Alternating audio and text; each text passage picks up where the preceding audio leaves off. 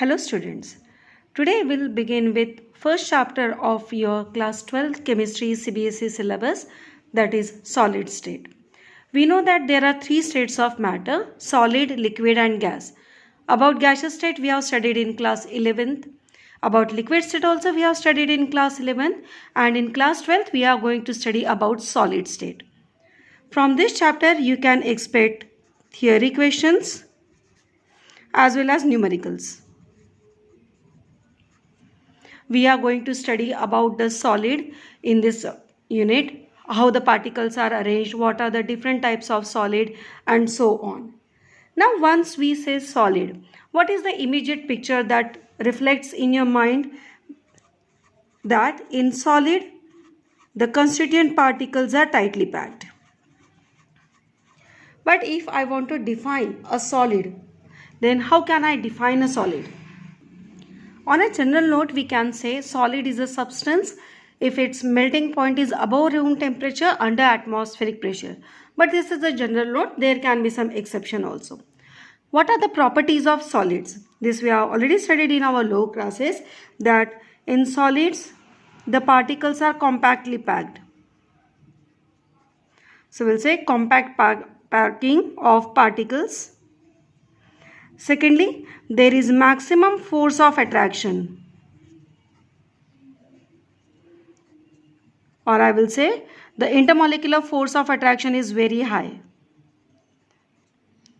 Thirdly, there is minimum space between the particles, or exactly I will say minimum intermolecular space because of the tight packing. Fourthly, the solids are generally hard, rigid. They are dense also.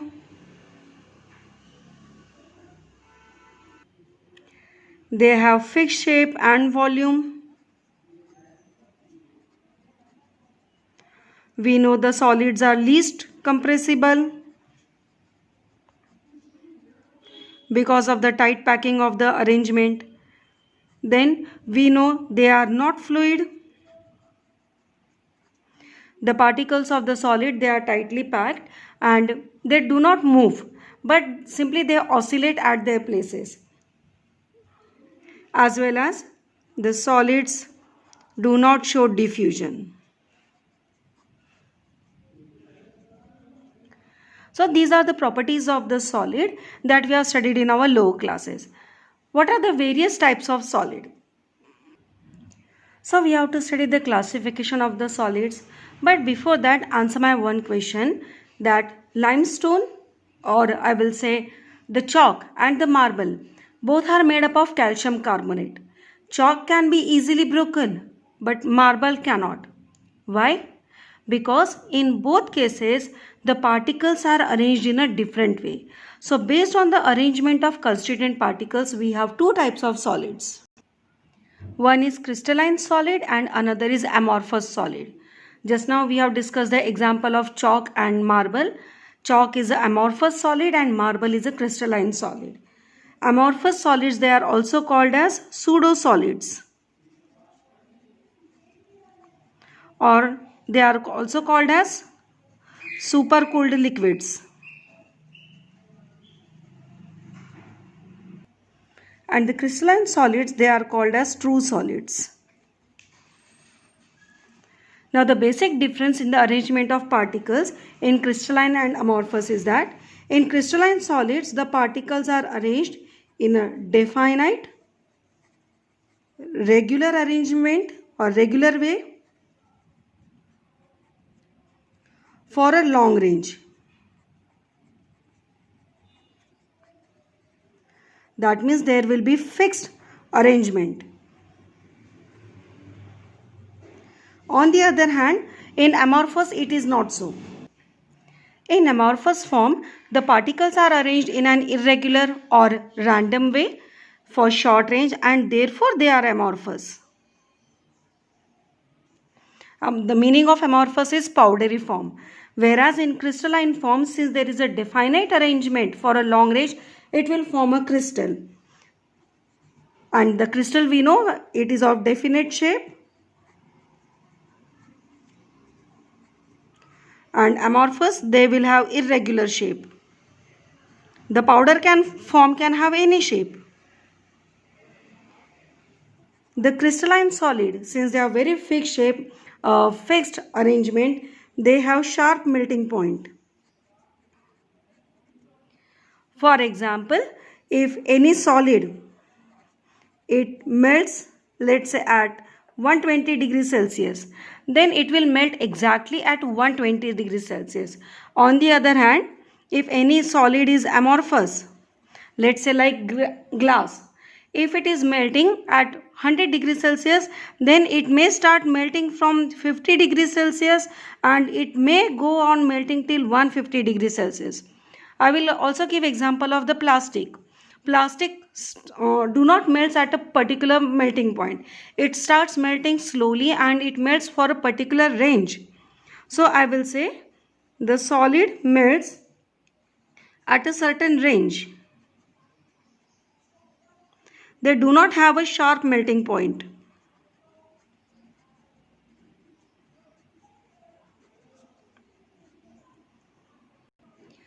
Now, when cut in a particular direction, when cut in a particular cleavage, the crystalline solid, because of their fixed shape, they undergo clean cleavage.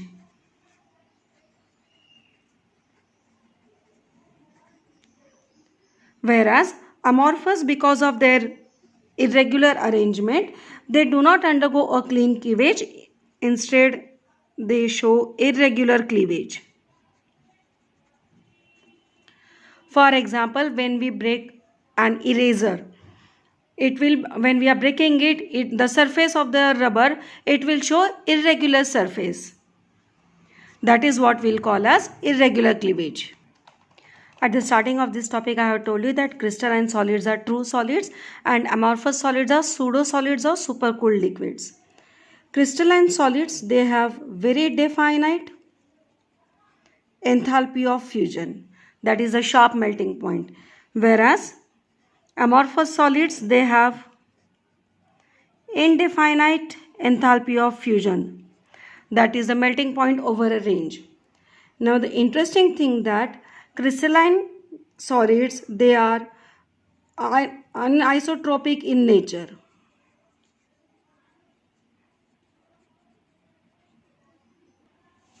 Whereas amorphous solids are isotropic in nature. Now what is the meaning of these two terms? Anisotropic or anisotropic means the same physical property. Physical properties, let's say like refractive index, thermal conductivity, electrical resistance, etc. These are different in different directions.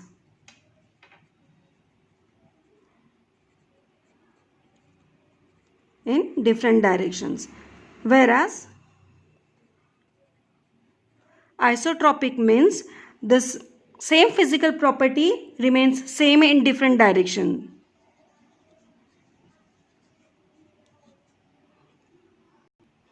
Now why this difference comes in the properties?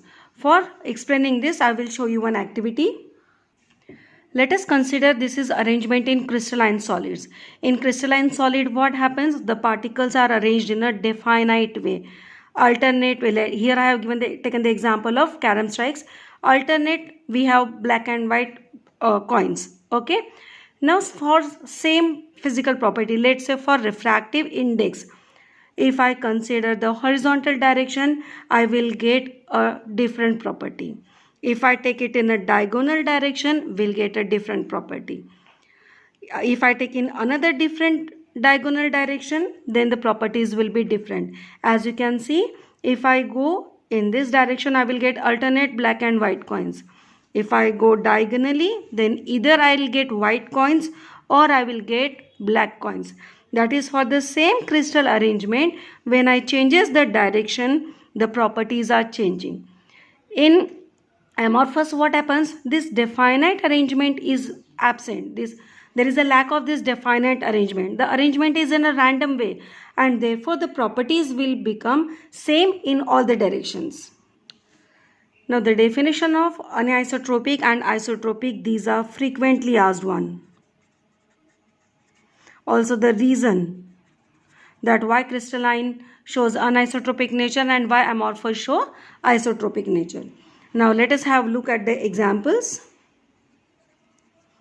Generally ionic solid like sodium chloride, lithium chloride, zinc sulfide, also commonly known as zinc blende.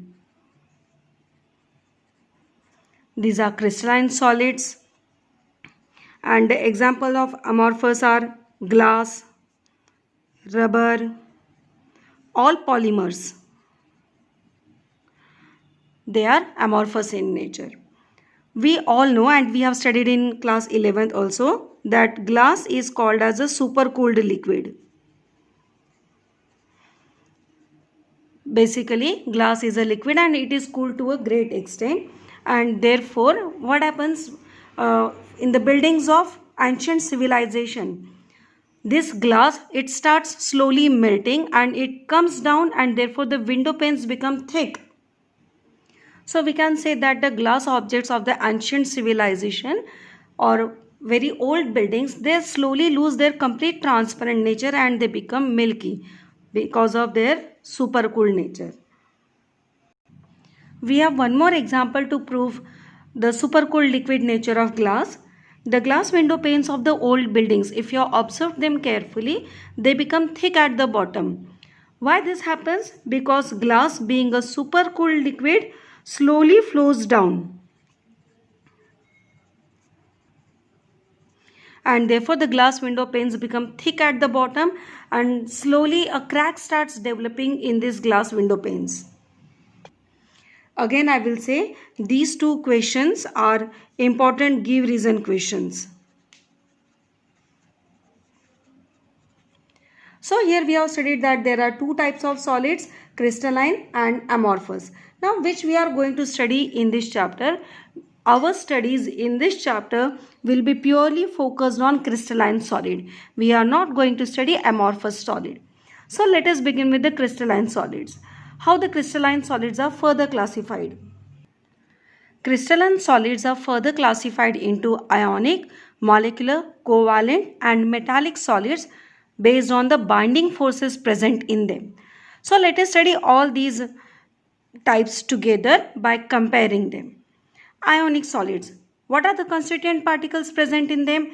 As the name suggests, the ions, cation or anion, these are the constituent particles.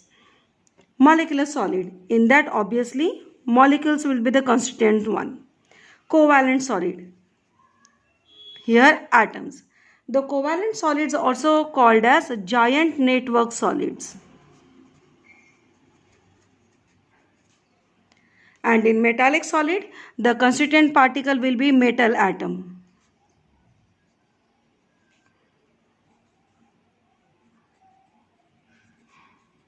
Moving on to the further property.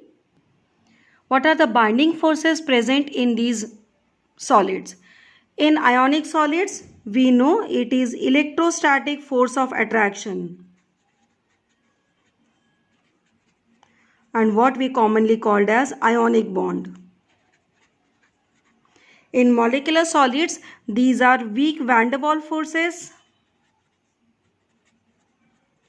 or there can be dipole-dipole,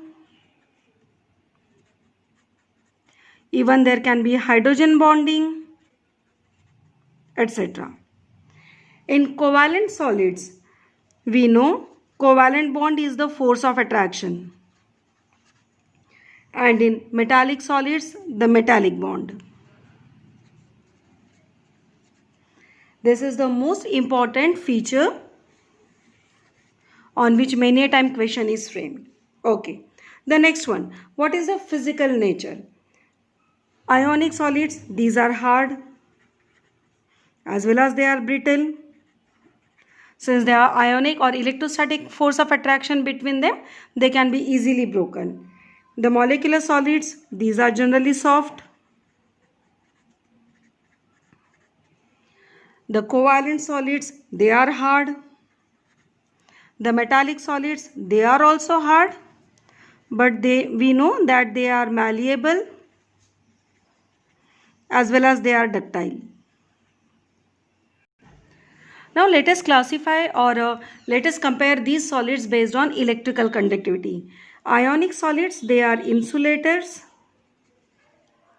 but they are insulators only in solid state. In molten or aqueous state, they are conductors. Why? Because in molten or aqueous state, the charges are free to move, and therefore they carry electric current. Molecular solids, they are purely insulators. The covalent solids, they are also insulators. But there is one exception, graphite.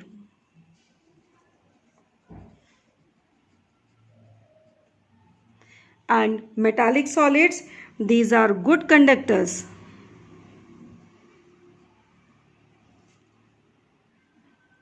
Whether it is in solid state as well as in molten state.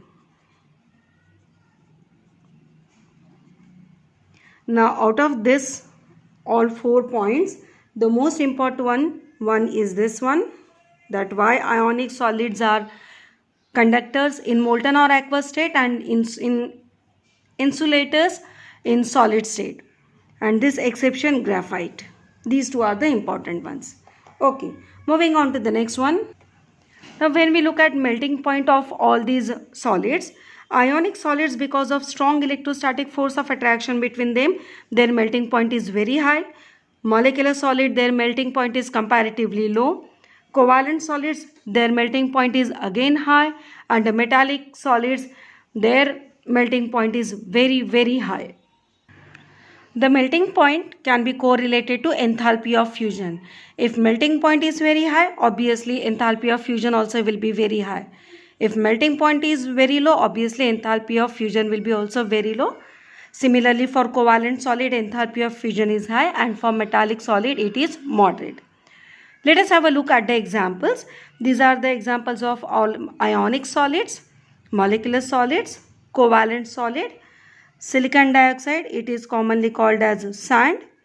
Silicon carbide, it is called as carborandum. And in metallic solid, we know all the metals like copper, silver, gold, magnesium, iron, aluminium, etc. All these are metallic solid. Now, based on examples, we can have questions. The example is given to you and you are supposed to identify the type of the solid, whether it is ionic, molecular, covalent, metallic, etc. Now, especially if I speak about the metallic solids are further classified. Sorry, not metallic, the molecular one. So now let us study the further classification of molecular solids. Molecular solids, they can be either polar, non-polar or hydrogen bonded. If they are polar solids, obviously their dipole moment will not be equal to 0. For example, hydrogen chloride. We know hydrogen chloride, it have partial charges on the chlorine have del minus charge and hydrogen have del plus charge on it. So this result in polar solid. Non-polar solid, their dipole moment is 0. For example, chlorine. Being homoatomic molecule, the dipole moments get cancelled out and therefore it becomes a non-polar solid. And we know hydrogen bonded. When hydrogen bond is formed, when there is a presence of electronegative atom like nitrogen, oxygen and fluorine with hydrogen. In that case, it will be a hydrogen bonded molecular solid. So in today's video, we have discussed about various types of solid like crystalline solid and amorphous solid and the further classification of crystalline solid. Remember, our total study will be based on crystalline solid. So based on today's video, there are some assignment questions for you people. Go through the video carefully and you will get the answers of all these questions. That's all for the day. Thanks for watching. Have a nice day.